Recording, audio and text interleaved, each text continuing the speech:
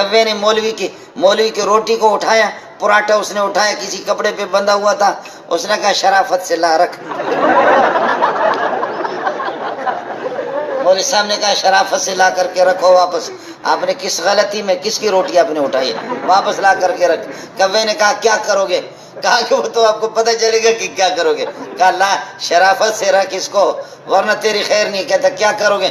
کہا آج جمعے کو اعلان کروں گا سارے مولوی پوری امت غلط ہے، میں نے اصل کتابیں دیکھی ہے، کوا حلال ہے، پاکیزہ گوشت ہے۔ آج سے اعلان کروں گا کہ کوا حلال ہے، خدا کی قسم کوئی تم میں سے بلوچ اور پٹھان چھوڑیں گے بھی نہیں، اس طریقے پر گولیوں سے تمہیں اڑائیں گے۔ کبے نے کہا مولوی صاحب اللہ کے لیے اعلان نہیں کرنا، روٹی اپنے واپس۔ آپ نے بھی دیکھا اور ہم نے بھی دیکھا، کہتے ہیں کہ یہ فضل الرحمان کیا کرے گا، سمجھ میں نہیں ہے یہ فضل الرحمان کیا کرے گا۔ ادھر جلسے ہو رہے ادھر جلسے ہو رہے، یہ سارے کے سارے 100 آدمی میں سے صرف فضل الرحمان کے 100 میں سے صرف 2 چلے گئے، ہر 100 میں سے 2 چلے گئے، ہر 100 میں سے 2 چلے گئے، یہ اتنے زیادہ ہو گئے اگر اسلام آباد میں سارے مل کر کے پیشاب کرے سیلاب آ جائے،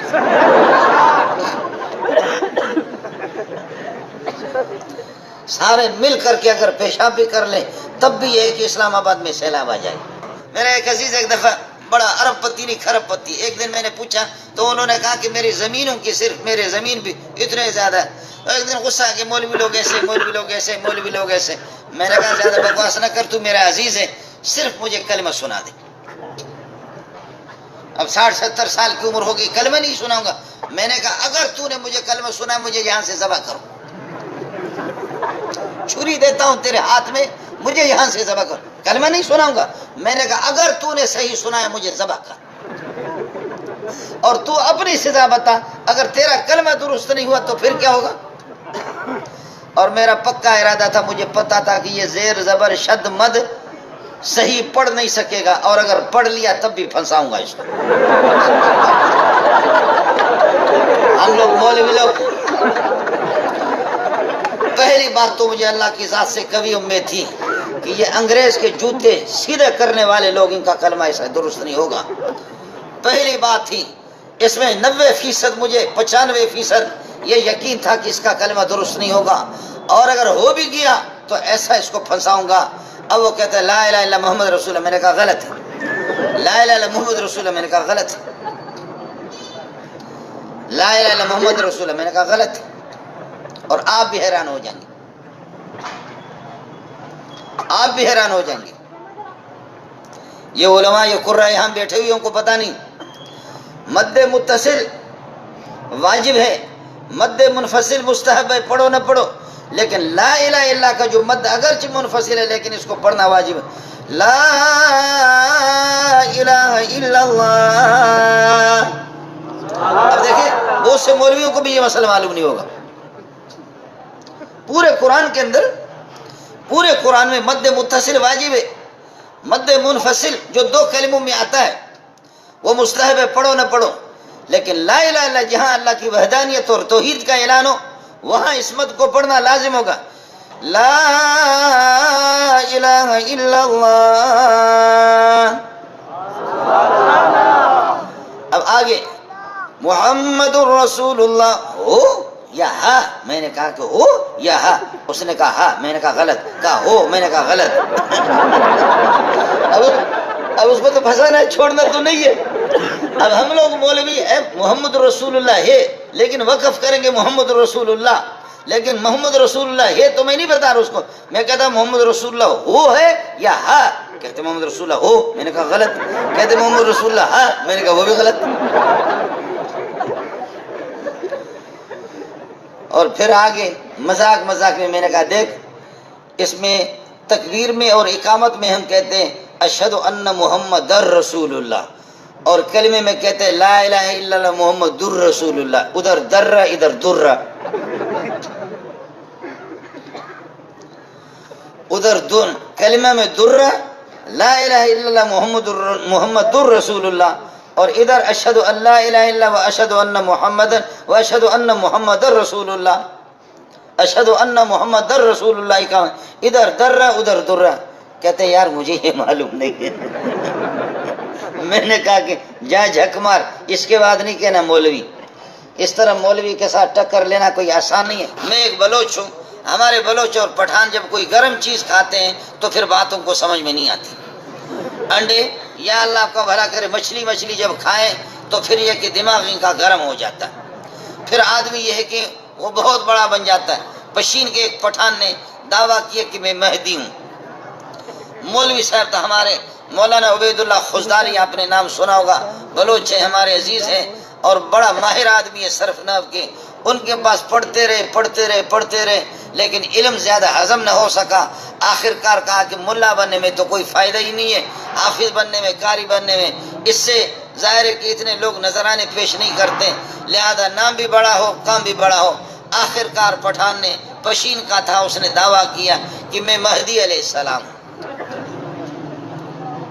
تیز اتنا تھا کہ کوئی بھی مولوی اس سے بات کرے تو فوراً وہ خاموش کرائے. ان کو میرے پاس لوگ آ گئے، انہوں نے کہا کہ آپ اللہ کے لیے ان سے گفتگو کریں اور کچھ ان کو سمجھائیں.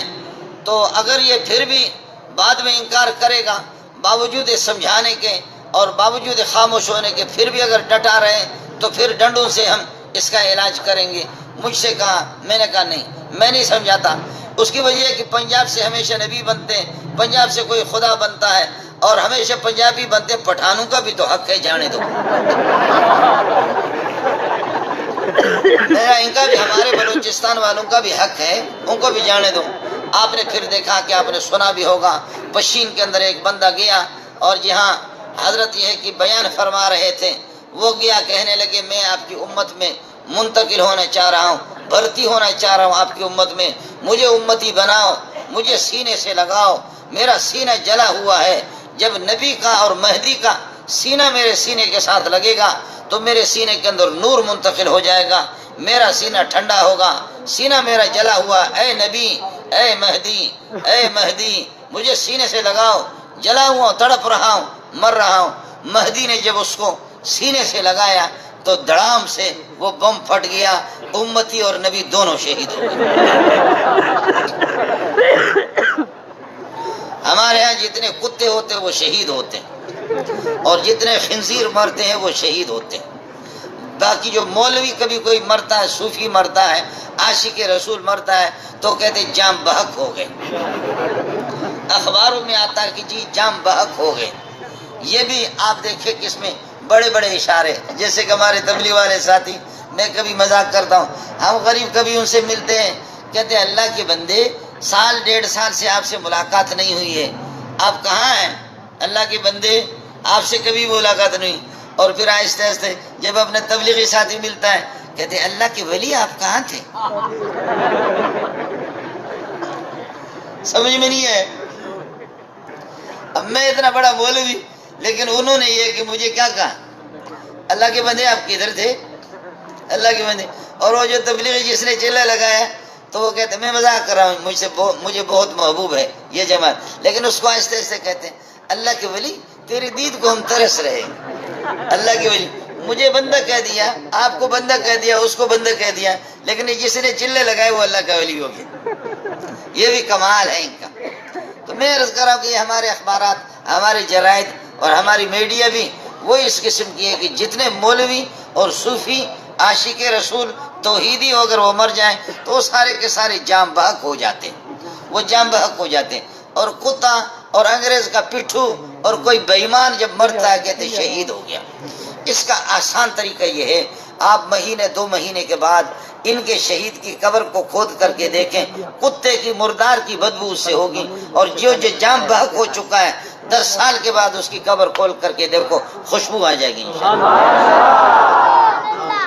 اس کا آسان طریقہ یہ ہے کہ جن کو آپ کی حکومتوں نے اور لوگوں نے فیصلہ کر دیا کہ یہ شہید ہے، یہ جام بحق ہے. چنانچہ ہمارا ایک پھرا دماغ ایک مولوی ہے، وہ منگل ہے، تو اس نے کئی دفعہ کہا کہ بھئی جن کو تم شہید کہتے ہو فلاں فلاں فلاں فلاں فرقے کے فلاں شہید ہو گیا، فلاں شہید ہو گیا.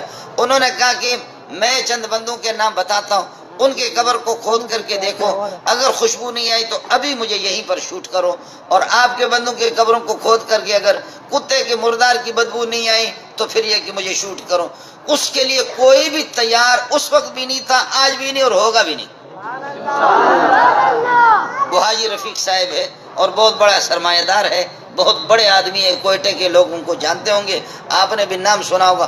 وہ للکار للکار کر کے کہتا ہے، ہمیشہ انتظامیوں کو بھی کہتا ہے، دوسروں کو بھی کہتا ہے کہ جو تمہارے شہداء ہیں ان کی بھی قبر کھودیں، اور جو ہمارے جاں بحق ہیں ان کی بھی قبر کھود کر کے دیکھیں، پھر فیصلہ ہوگا کہ کون ہے۔